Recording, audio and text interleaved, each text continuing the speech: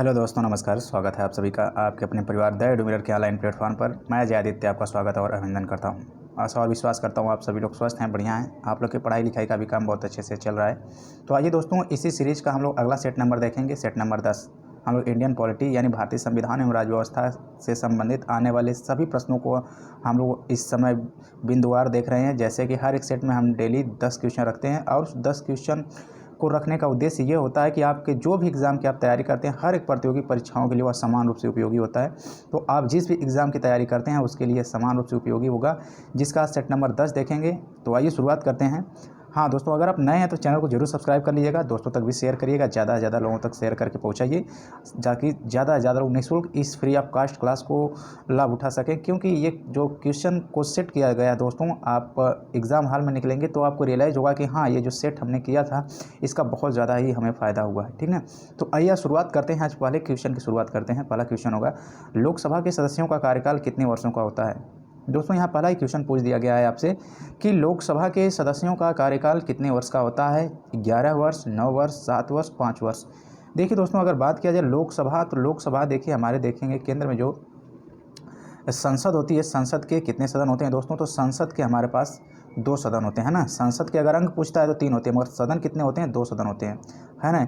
एक क्या होती है, एक हमारी राज्यसभा होती है और एक क्या होती है, एक लोकसभा होती है, समझिएगा।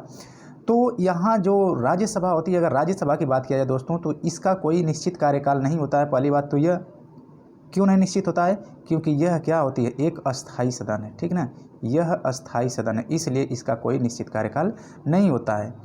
अब लोकसभा की अगर बात किया जाए तो दोस्तों, ये लोकसभा का जो कार्यकाल होता है दोस्तों, यह 5 साल होता है। ठीक है, अगर लोकसभा का कार्यकाल 5 साल होता है तो स्वाभाविक सी बात है कि उसमें रहने वाले सदस्यों का कार्यकाल भी कितना होगा, 5 साल ही होगा। तो ये 5 वर्ष होता है। ठीक ना, कितना होता है, लोकसभा के सदस्यों का कार्यकाल 5 वर्ष होता है। जबकि ध्यान देने वाली बात यह है कि लोकसभा एक क्या है, अस्थायी सदन है, और राज्यसभा क्या है, अस्थायी सदन है। इसी कारण जो राज्यसभा के सदस्य होते हैं, इनका जो कार्यकाल की अगर बात करेंगे तो राज्यसभा के सदस्यों का कार्यकाल होता है, न कि राज्यसभा का है। राज्यसभा के सदस्य का अगर कार्यकाल पूछेंगे तो सदस्यों का जो कार्यकाल होता है ये 6 वर्ष होता है। और देखेंगे प्रति 2 वर्ष बाद देखेंगे 1/3 यहाँ से लोग परिवर्तित होते रहते हैं, चुनाव होता रहता है, और उसके बाद ये 6 वर्ष जैसे ही पूरा हो जाएगा वो रिटायर हो जाते हैं, है ना। तो आप ये नहीं कभी कहेंगे कि आपके राज्यसभा का कार्यकाल 6 साल होता है। राज्यसभा के सदस्यों का कार्यकाल होता है, और लोकसभा के सदस्यों का दोनों का कार्यकाल कितने समय का होता है, तो ये 5 साल का होता है। ठीक है, और क्वेश्चन के अकॉर्डिंग आपका आंसर भी बनेगा 5 वर्ष। ठीक ना, आइए हम लोग बात करें कि देखेंगे अगर हमारे ये संविधान में इसका उल्लेख कहाँ गया है, तो देखेंगे कि यहाँ पे जो बात की जाती है आर्टिकल 80 होता है ना। आर्टिकल 80 में बात की गई राज्यसभा की, और 81 जो होता है अनुच्छेद 81 जो होता है यहाँ पे किसकी की गई है, लोकसभा की बात की गई। ठीक है, और संसद की अगर बात किया जाए तो 79 में की गई, आर्टिकल 79 में। क्लियर हो गया आप लोगों को, स्पष्ट है तो दोस्तों एक बार कमेंट करके जरूर बताया करिएगा। आइए आगे चलते हैं अगले क्वेश्चन की तरफ। नेक्स्ट क्वेश्चन होगा क्वेश्चन नंबर 22। देखिए कहा जाता है कि निम्नलिखित में से कौन सा एक असत्य है। ठीक है, निम्नलिखित में से कौन सा एक सत्य है। ठीक है, कौन सा एक सत्य यानी कि सही है। भारतीय संविधान मूल अधिकारों को शामिल करने के लिए नेहरू रिपोर्ट 1928 ने समर्थन किया था, बिल्कुल किया था। भारत सरकार अधिनियम 1935 में मूल अधिकारों को प्रश्रय दिया गया था, नहीं। अगस्त प्रस्ताव 1940 के मूल अधिकारों को शामिल किए थे, नहीं। कृषि प्रस्ताव 1942 में मूल अधिकारों को प्रश्रय दिया गया था, बिल्कुल नहीं। ये कहाँ पे आपको दिया गया था, देखेंगे जो दोस्तों ये 1928 में नेहरू रिपोर्ट प्रस्तुत की गई थी, उसमें हम लोग देखेंगे कि मूल अधिकारों को शामिल करने के लिए नेहरू रिपोर्ट 1928 में ये समर्थन किया गया था। अब यहाँ पे क्वेश्चन आपसे पूछा जा सकता है कि 1928 में जो ये रिपोर्ट नेहरू रिपोर्ट प्रस्तुत की गई थी, इसने समर्थन तो किया था मूल अधिकारों का, किंतु ये बताइए कि नेहरू रिपोर्ट किसके द्वारा प्रस्तुत की गई थी। स्वाभाविक सी बात है आपके मन में पंडित जवाहरलाल नेहरू ये विचार आ सकता है, मगर ये बिल्कुल गलत होगा दोस्तों। ठीक है, इसमें बिल्कुल आएगा नेहरू आएगा, मगर पंडित जवाहरलाल नेहरू आएगा। पंडित कौन आएगा, मोतीलाल नेहरू आएगा। ठीक है, कौन आएंगे, पंडित जवाहरलाल नेहरू के पिताजी मोतीलाल नेहरू आते हैं। पंडित जवाहरलाल नेहरू को तो उसके ठीक तुरंत बाद देखेंगे, 1 साल बाद उनकी एंट्री होती है ना। रावी नदी के तट वाली जो कहानी हम लोग देखते हैं, भारतीय राष्ट्रीय कांग्रेस का लाहौर अधिवेशन होता है, तो उसके बाद पंडित जवाहरलाल नेहरू राजनीति में सक्रिय होते हैं।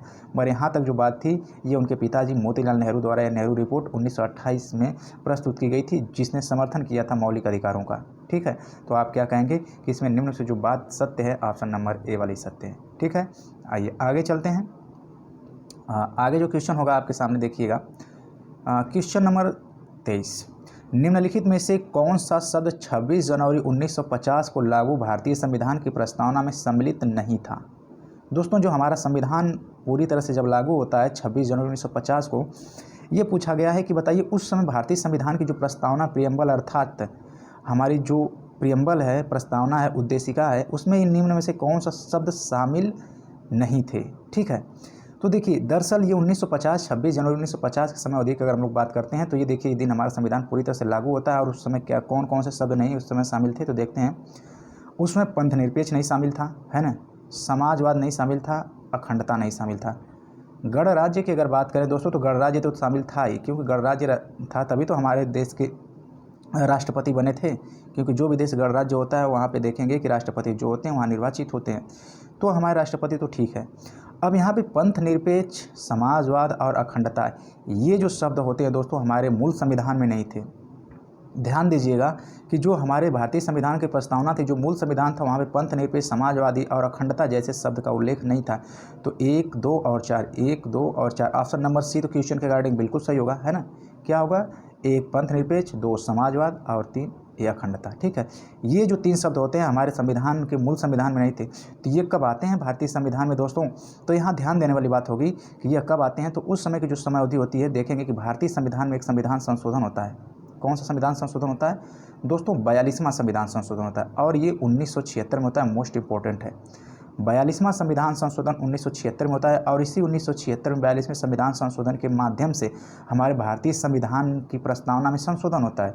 और उसी समय ये पंथ निरपेक्ष, समाजवादी, अखंडता यानी कि सेकुलरिज्म और सोशलिस्ट और इंटीग्रिटी, यह 3 शब्द जोड़े जाते हैं और इस प्रकार हमारे भारतीय संविधान की प्रस्तावना में एक बार संशोधन भी हो जाता है। और यही हमारे भारतीय संविधान की प्रस्तावना में एक बार संशोधन भी हुआ अब तक। अगर कभी क्वेश्चन आपसे पूछ देता है कि बताइए भारतीय संविधान की प्रस्तावना में अब तक कितनी बार संशोधन किया जा चुका है, तो यही एक बार किया गया 1976 वाला जो 42वां संविधान संशोधन था, जिसके माध्यम से पंथ निरपेक्ष, समाजवादी और अखंडता जैसे शब्द जोड़े गए थे। ठीक है, आपका क्वेश्चन के अकॉर्डिंग ऑप्शन नंबर तो सी बनेगा। बाकी चीज़ें एक्सप्लेन करके हम लोग देख लिए हैं। आई होप कि आपको समझ में आ गया है। तो आइए नेक्स्ट क्वेश्चन की तरफ चलते हैं दोस्तों।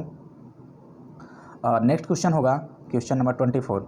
निम्नलिखित में से कौन से संविधान संशोधन विधेयक के माध्यम से वस्तु एवं सेवा कर को संवैधानिक दर्जा मिला? ठीक है, तो दोस्तों देखिए वस्तु एवं सेवा कर यानी कि जिसकी बात की जा रही है जीएसटी की, है ना, जीएसटी की। तो दोस्तों ये क्या होता है? 122वां होता है। कौन सा होता है? 122वां संविधान संशोधन विधेयक जो होता है, यह देखेंगे कि इसके माध्यम से जीएसटी को हमारे भारतीय संविधान में संवैधानिक दर्जा देने का प्रस्ताव किया गया था। तो आपका क्वेश्चन के अकॉर्डिंग ऑप्शन नंबर बनेगा सी।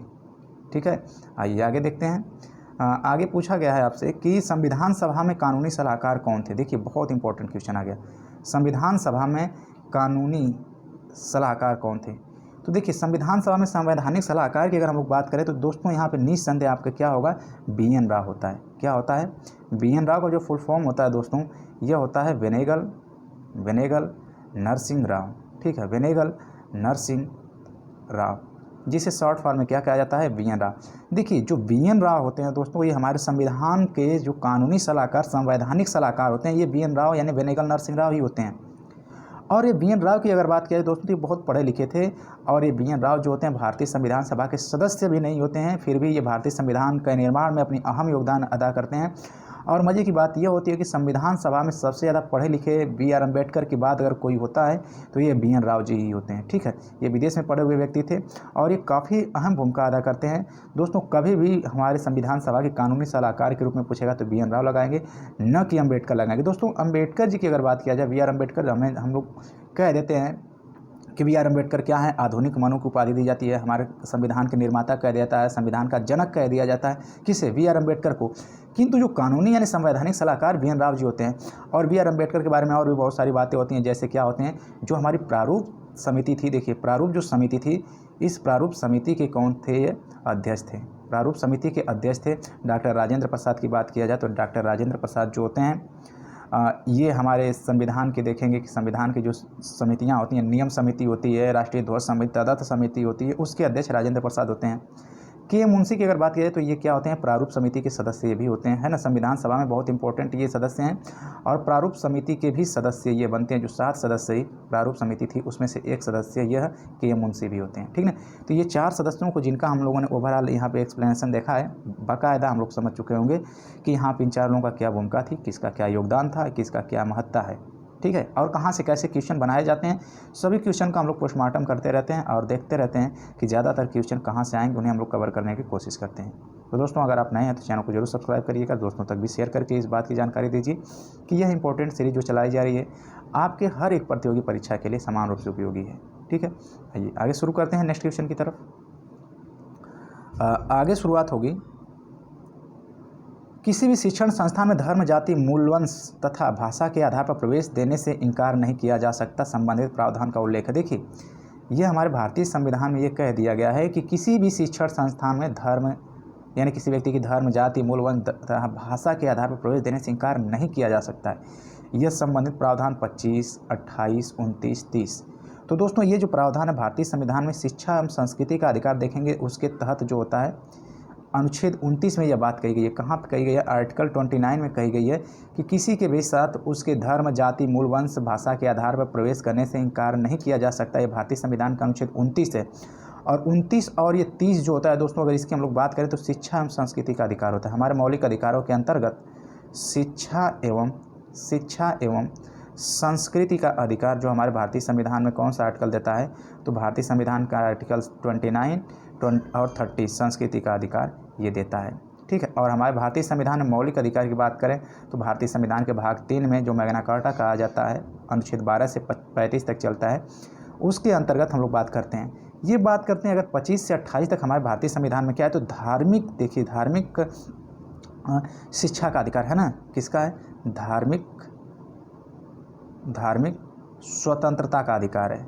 किसका है? धार्मिक स्वतंत्रता का अधिकार अनुच्छेद 25 से 28 तक चलता है और 29-30 से शिक्षा एवं संस्कृति का अधिकार चलता है। और हमारे भारतीय संविधान में वर्तमान में जो मौलिक अधिकारों की संख्या है कुल कितना है? 6 है। जो हुआ करती थी 7, किंतु 7 यानी कि 7वां एक और थी जो संपत्ति का अधिकार 44वें संविधान संशोधन 1978 के द्वारा उसे हटा दिया गया। और जैसे ही संपत्ति का अधिकार निकलता है हमारे भारतीय संविधान के मौलिक अधिकार वाले पार्ट से, वह जाकर रख दिया जाता है भारतीय संविधान के भाग 12 में। और भाग 12 जो होती है वहाँ पर अनुच्छेद जो होता है 300 के तहत इसे क्या बना दिया गया है? अब लीगल राइट बना दिया गया है। किसको? संपत्ति के अधिकार को। कहाँ से हटाया गया? मौलिक अधिकार से हटाया गया। वर्तमान में मौलिक अधिकार कितने हैं? 6 मौलिक अधिकार हैं। मूल संविधान में कितने थे? 7 थे। ठीक है। और यहाँ क्वेश्चन जो पूछा गया था कि जाति, धर्म, मूलवंश, भाषा के आधार पर नहीं भेदभाव होगा तो अनुच्छेद 29 होता है। ये क्वेश्चन अभी हाल में पेट में पूछा हुआ था और बहुत सारे एग्जाम में पूछ दिया जाता है, तो आपको ध्यान देना होगा कि ये क्वेश्चन जो बनाया जा रहा है उसकी डिमांड क्या है, उसे पूरी करने की हम लोग कोशिश करेंगे। तो आइए देखते हैं आगे। निम्नलिखित में से किस राष्ट्रपति के कार्यकाल के दौरान सर्वाधिक बार राष्ट्रपति शासन लगाया गया है? ठीक है, सबसे ज़्यादा मतलब कि किसके समय काल में लगाया गया है? तकरीबन 150 बार, 150 बार अगर ओवरऑल अगर बात किया जाए हमारे संविधान में लगाया गया, जिसमें से कि 50 बार तकरीबन। तो ये फ़खरुद्दीन अली अहमद के बारे में देखिए, यहाँ पे जो पूछा है सर्वाधिक राष्ट्रपति की बात पूछा है। ठीक है ना, किसके कार्यकाल के दौरान? ये जितना भी दिया है वी गिरी, नीलम संजीव रेड्डी, फ़खरुद्दीन अली अहमद या फिर आर वेंकट रमन। तो ये राष्ट्रपति शासन की अगर बात किया जाए दोस्तों तो हमारे देश में देखेंगे राष्ट्रीय आपात उपबंध की जो बात होती है भारतीय संविधान के भाग 18 में की गई है। और ये देखेंगे कि पूरे देश में जब लगाना होता है 352 आर्टिकल लगाया जाता है। किसी संबंधित राज्य क्षेत्र में लगाया जाता है तो 356 के तहत लगाया जाता है राष्ट्रपति शासन, जिसकी हम लोग बात कर रहे हैं। और एक होता है 360 के तहत वित्तीय आपातकाल, जो कि एक ऐसा ही आपात है जो अब तक हमारे भारतीय संविधान में इसका उपयोग अभी तक नहीं किया गया है। तो यहाँ पे राष्ट्रपति शासन की बात की गई 356 के तहत। तो दोस्तों सबसे ज़्यादा बार किस राष्ट्रपति के शासनकाल में लगाया गया है? तो यहाँ पे आपका क्या होगा? फ़खरुद्दीन अली अहमद। फ़खरुद्दीन अली अहमद के समय में सबसे ज़्यादा यहाँ पे राष्ट्रपति शासन हमारे देश में लगा है। अगर पूछता कि कौन से ऐसे प्रधानमंत्री जिसके समय में लगा है, तो हम वहाँ पे बात करते प्रधानमंत्री की अगर बात आती तो इंदिरा गांधी होता है। ठीक है ना, क्या होता? इंदिरा गांधी के समय काल में सबसे ज़्यादा लगा गया। ठीक है। और यहाँ पे अगर इसके बारे में हम लोग अगर चर्चा करते हैं कि देखेंगे सबसे ज़्यादा अगर लगाया गया है तो इंदिरा गांधी ये प्रधानमंत्री के तौर पे, राष्ट्रपति के तौर पे फ़खरुद्दीन अली अहमद। और सबसे पहले कब लगाया गया था? तो पंजाब में लगाया गया था। ठीक है, सबसे पहले जो लगाया गया था दोस्तों यह पंजाब प्रांत में लगाया गया था। ठीक है, आई होप कि आपको चीज़ें समझ में आ रही हैं अच्छे से। तो ये देखिए 10 सारे क्वेश्चन जो बनाया जाता है इंपॉर्टेंट क्वेश्चन होते हैं, जिसमें अगला क्वेश्चन होगा भारतीय संविधान का दार्शनिक आधार है। देखिए दार्शनिक आधार से यहाँ तात्पर्य क्या लगाएंगे हम लोग, थोड़ा समझने की कोशिश करिएगा, आप लोग समझिएगा। भारतीय संविधान का दार्शनिक आधार राज्य की नीति निर्देशक तत्व तो बिल्कुल नहीं, मूल अधिकार भी नहीं है, संघीय संरचना भी नहीं है। हमारे भारतीय संविधान का जो दार्शनिक आधार है दोस्तों, वह भारतीय संविधान की प्रस्तावना है, प्रियम्बल है, उद्देशिका है, आमुख है, जिसे हम लोग परिचायिका भी कहते हैं, है ना। ये होती है हमारे भारतीय संविधान की दार्शनिक आधार। कहने का मतलब ये होता है भारतीय संविधान की जो प्रियम्बल है, ठीक है, क्या है ये जो प्रियम्बल है, ये प्रियम्बल को अगर हम लोग दोस्तों अगर देख लेते हैं एक बार अच्छे से कि यह हम लोग पढ़ते हैं तो हम लोग यही जानते हैं कि ये क्या है, हमारे पूरे संविधान का क्या करती है, दर्शन कराती है, यानी कि हमारे संविधान का ये उद्देश्य बताती है, यानी कि ये क्या है, हमारे संविधान की उद्देशिका है। और ये उद्देशिका की अगर हम लोग बात करें दोस्तों तो यही हमारे संविधान का दार्शनिक आधार है। तो आपका बिल्कुल सही ऑप्शन डी लगेगा। अगर हम भारतीय संविधान प्रस्तावना के विचार की अगर बात करें कि हमारे भारतीय संविधान में प्रस्तावना का विचार आखिर आया कहाँ से है, तो प्रस्तावना का जो विचार है दोस्तों हमारे भारतीय संविधान में, यह अमेरिका के संविधान से आया है। कहाँ के संविधान से आया है? अमेरिका के संविधान से आया है। और ये प्रस्तावना की जो भाषा है यह ऑस्ट्रेलिया के संविधान से प्रेरित है, ठीक है। भारतीय संविधान की जो प्रस्तावना की भाषा है यह ऑस्ट्रेलिया के संविधान से प्रेरित है। और अगर यहाँ पे हम लोग अगर चर्चा करते हैं इसके बारे में प्रस्तावना से संबंधित कुछ और भी इम्पोर्टेंट, तो एक बार इसमें संशोधन किया गया है और इसमें ऐसी सारी कई बातें हैं। देखेंगे कि जो 13 दिसंबर 1946 को उद्देश्य प्रस्ताव पंडित जवाहरलाल नेहरू द्वारा जो पेश किया गया था, 22 जनवरी 1947 को पारित होता है। यही उद्देश्य प्रस्ताव चल के हमारे भारतीय संविधान की उद्देशिका का रूप लेता है और वही उद्देशिका वही हमारे पूरे भारतीय संविधान का दार्शनिक आधार बनती है, हमारे संविधान का दर्शन कराती है, हमारे संविधान के उद्देश्यों को बताती है। और उस उद्देशिका की हम लोग प्रस्तावना भी कहते हैं, प्रियम्बल भी कहते हैं, परिचायिका भी कहते हैं। यही हमारे भारतीय संविधान का आमुख भी होती है। तो आप क्या कहेंगे, क्वेश्चन के अकॉर्डिंग आपका ऑप्शन नंबर क्या लगेगा? Option number D is the right answer, बिल्कुल सही होगा। चलिए आगे देखते हैं। आगे जो बात होगी हम लोग की, आगे देखते हैं नेक्स्ट क्वेश्चन की तरफ। नेक्स्ट क्वेश्चन होगा, यदि लोकसभा का अध्यक्ष त्यागपत्र देना चाहे तो वह अपना त्यागपत्र निम्नलिखित में से किसको संबोधित करेगा? देखिए लोकसभा की अगर बात करें, लोकसभा का अध्यक्ष स्पीकर जो होते हैं वह अपना त्यागपत्र किसको देंगे, यह बात पूछी गई है, ठीक है। तो वह अपना त्यागपत्र निम्नलिखित में किसको संबोधित करेगा? भारत के राष्ट्रपति को, उपाध्यक्ष को, या प्रधानमंत्री को, या मंत्रिमंडल को? तो देखिए दोस्तों यहाँ पे अगर बात की जा रही है कि ये अध्यक्ष अपना त्यागपत्र किसे देंगे, तो पहले अगर हम लोग अध्यक्ष की अगर बात करते हैं तो अध्यक्ष अपना त्यागपत्र जो देते हैं वो किसको देंगे, तो वह किसको, उपाध्यक्ष को देंगे, ठीक है। अध्यक्ष किसको देंगे? उपाध्यक्ष को देंगे। देखिए मज़े की बात है, थोड़ा समझिएगा कि जो अध्यक्ष होते हैं वह अपना त्यागपत्र किसको देंगे, उपाध्यक्ष को। और अगर उपाध्यक्ष को अपना त्यागपत्र देना होगा तो किसके देंगे, अध्यक्ष को। मतलब ये लोकसभा के अध्यक्ष और उपाध्यक्ष जब त्यागपत्र देना की बात आती है तो दोनों लोग एक दूसरे को त्यागपत्र देते हैं, ठीक है। अब बात किया जाए कि इनका चुनाव कैसे होता है, तो इनके चुनाव की अगर बात किया जाए दोस्तों तो लोकसभा के जो अध्यक्ष होते हैं इनका चुनाव भी लोकसभा के सदस्य आपस में ही मिलकर कर लेते हैं, और जो लोकसभा के उपाध्यक्ष होते हैं इनका भी चुनाव आपस में लोकसभा के सदस्य ही मिलकर कर लेते हैं। तो इन लोगों का चुनाव भी आपस में ही होता है, और अगर इन्हें त्यागपत्र देना होता है तो एक दूसरे को ये लोग त्यागपत्र देते हैं। अध्यक्ष की अगर बात किया जाए दोस्तों तो लोकसभा के अध्यक्ष के पास बहुत सारे पावर्स होते हैं, जैसे कि देखेंगे यही डिसाइड करता है कौन सा विधेयक धन विधेयक है कि नहीं है। फिर जब संयुक्त अधिवेशन राष्ट्रपति बुलाते हैं तो 118 के सारे देखेंगे कि संयुक्त अधिवेशन की अध्यक्षता भी करते हैं। और यही अध्यक्ष जो होते हैं, यही अध्यक्ष मतलब कोई अगर मतलब दल बदलू नेता है तो उसके मतलब की योग्यता को, निहरता को ठहराने के लिए, उसे अयोग्य ठहराने के लिए डिसाइड कौन करता है, तो ये अध्यक्ष ही करते हैं लोकसभा के।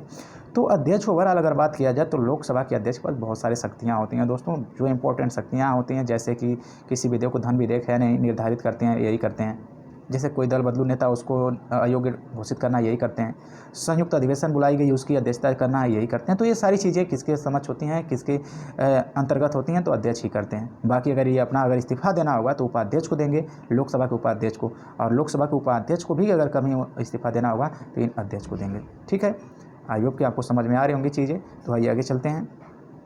आगे अगर बात किया जाए कि भारतीय संविधान में मौलिक कर्तव्य कब समाविष्ट किए गए, देखिए बहुत इंपॉर्टेंट क्वेश्चन आ गया आप लोग के सामने। ये मौलिक कर्तव्य संबंधित दरअसल होता क्या है कि भारतीय संविधान में मौलिक कर्तव्य की अगर हम लोग बात करते हैं तो मौलिक कर्तव्य देखिए दरअसल है कि हाँ, हम लोग इसको चर्चा करते हैं। मौलिक कर्तव्य की अगर बात करें तो भारतीय संविधान के भाग 4 के क में है, ठीक है।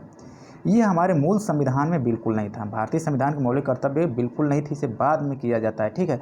और बाद में भारतीय संविधान के कहाँ पे रखा जाता है, 51 के अनुच्छेद 51 क में इसे रखा गया है और इसे जोड़ा जाता है भारतीय संविधान में, इसे जोड़ा जाता है। और ये जोड़ा जाता है दोस्तों, जो 42वां संविधान संशोधन होता है ये 1976 में होता है। और यहाँ पे जोड़ा कितना जाता है, ये 10 मूल कर्तव्य जोड़ा जाता है, 10 फंडामेंटल ड्यूटी जोड़ा जाता है। और ये देखेंगे कि मूल संविधान में तो नहीं था, इसे बाद में जोड़ा जाता है। तो इसे लिया कहाँ से गया है, इसे लिया कहाँ से गया है, तो इसे हम लोग देखेंगे कि पूर्व सोवियत संघ रूस के संविधान से लिया गया है। कहाँ के संविधान से लिया गया दोस्तों, तो ये रूस के संविधान से लिया गया है। और इसे जोड़ा कब गया, तो यही पूछा है आपका, 1976 में जोड़ा जाता है, जो अभी 42वां संविधान संशोधन हम लोग देख रहे हैं। तो उस समय जब जोड़ा गया था तो ये सरदार स्वर्ण सिंह समिति जो थी, सरदार स्वर्ण सिंह समिति की सिफारिश पर जोड़ा गया था। और देखेंगे दोस्तों सरदार सरोवर सिंह पे तो 8 ही जोड़ा गया था, मगर जबकि पूरा टोटल जोड़ा गया था 10। तो 11वां मैटर क्या है कि 11 हम अभी बता रहे हैं कि हमारे कितने हैं, 11 मूल कर्तव्य हैं। तो 11वां जो जोड़ा जाता है दोस्तों, ये 11वां भारतीय संविधान का एक 86वां संविधान संशोधन होता है। और ये जो होता है 86वां, यह 2002 में होता है। और इसमें कह दिया जाता है कि 6 से 14 साल तक के बच्चों के लिए अनिवार्य शिक्षा देना माता पिता का यह मूल कर्तव्य होगा।